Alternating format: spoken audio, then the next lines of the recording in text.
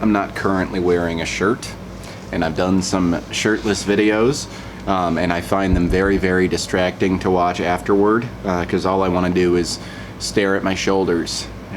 So I'm maintaining a little bit of modesty because I do not want to be hit with the male gaze, specifically the Joe gaze, because Joe is a pervert and he checks me out all the time. It's just exhausting. I feel objectified.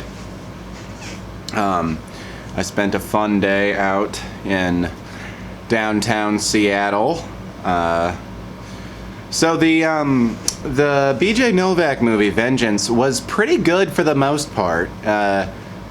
It did something really interesting near the end. Like there's an action that I think intentionally they didn't want you to see it coming, but it's almost like I didn't see it coming because it doesn't make any sense that a particular character would do this, and then that's just the movie's just over after that happens.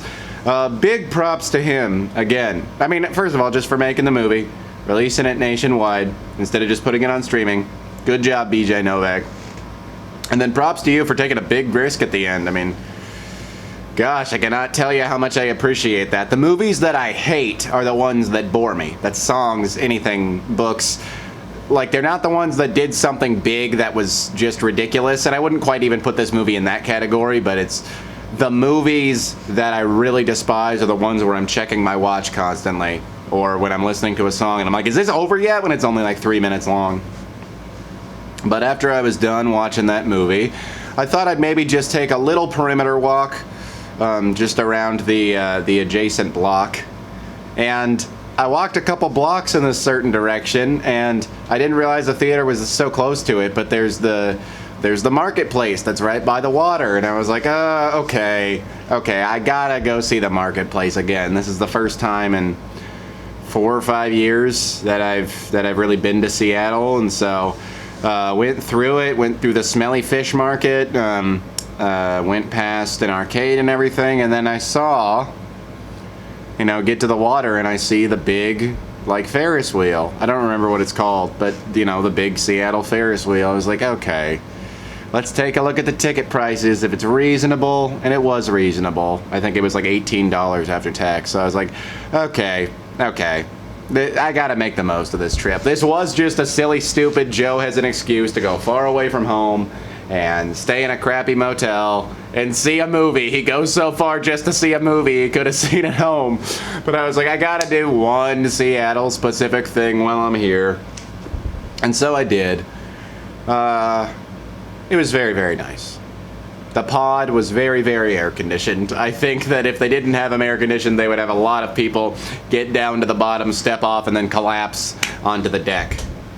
But it was a lovely ambiance and everything. I had a whole pod entirely to myself. They ask when you get up there how many people are in your party, and I'm like, party of one, baby, flying solo. But what was cool, I gotta admit, I take a lot of pride in going out in public and doing things alone. I think it's a skill a lot more people should learn how to do.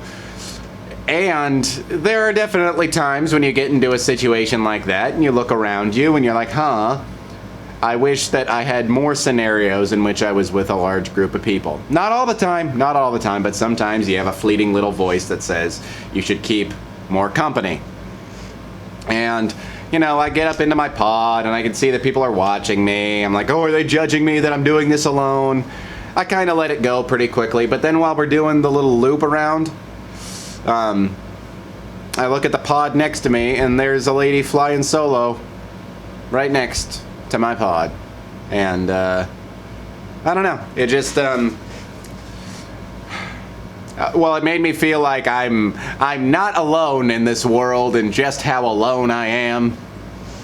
That's pretty cool to begin with. And then, obviously you get over it pretty quickly when you're going way up into the air and you're looking at the grand spectacle of Seattle. And, I just sort of looked at the big city. Seattle's a really overwhelming city. I forget how much more overwhelming it is than Portland. Portland is a big city on paper, but whenever I go to Seattle, it just feels minuscule in comparison. And I know that Seattle, like if I went to New York, Seattle would look minuscule. But I just looked out at the city and I was like, all these people in this city, Whether it's this city or any other, it's full of people trying to matter. And I got a little bit of, this bittersweet kind of feeling of, am I ever gonna feel like I matter? In some ways, I mean, you define what makes you matter in the first place, but I still have so much more to do in this world. And I just wonder, is there going to be a point when I'm like, okay, I've reached the point that I officially matter? And then I turned around and I looked out at the water. And I was like, that water doesn't care if it matters. I don't know which side of that spectrum is the better one to be on.